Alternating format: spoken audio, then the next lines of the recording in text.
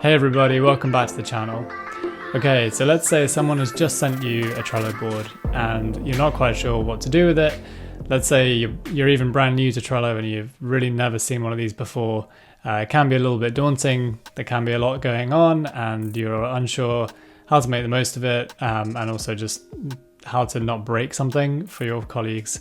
So I'm going to show you the basics and then you can get going straight away. Okay, so this is a pretty typical Trello board. We've got our lists here, and we have to do, doing, and done, and other resources. So typically how it works is you will click and drag cards from the to-do list over to doing, and then finally to done when you're finished. Pretty easy, pretty simple. But when you first land on a Trello board, you might not actually be able to do anything. So let's first of all check what kind of permissions you have. So there are two types. So you can be a member of the board here and you can basically do anything you like on the board, except for maybe some permissions that may have been set by the Trello admin, or you can be added as an observer. So these people can only view and they can add some comments on the board, but they can't move things around or add new cards, that kind of thing.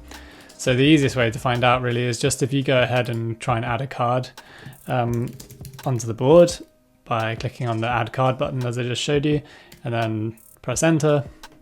If a new card is created, then great, you've got full access, but if not, then you're just observing.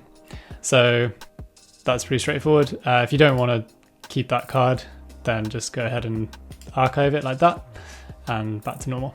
Something else you can do to try and understand a board is, let's say we had loads of cards on here. Like this one isn't too bad, so it's pretty easy, but Trello boards can get very big, very complicated, especially if you have lots of people working on a board.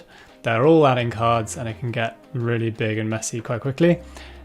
Although if you use filters, which might well be what the people on the board are doing to make sense of it, and if you do, it's completely fine to do this, but if you have no filters applied, it seems pretty overwhelming. So if you head over to show menu, and then from here you'll find search cards, and then we can see the labels. So this is of course assuming that there are some labels on your card. If there's not, perhaps it's just there's people on the cards. So if there is someone added to a card, it will look like this. So you have a little face or some initials on there, and you can filter for cards just by that person, like that. If they've used labels, like we can see here, project number 2, and these can easily be added by clicking on this pencil button and then edit labels, and you can add them this way. So if there are labels, then you can head over to here and search and just click on one of the labels, and then it will filter them down to just the cards that have those labels. So really easy to understand a project that way too. All right, so hopefully you have a better idea of what's going on this board that you've been sent, but now you might want to go and actually make some edits and start working on it.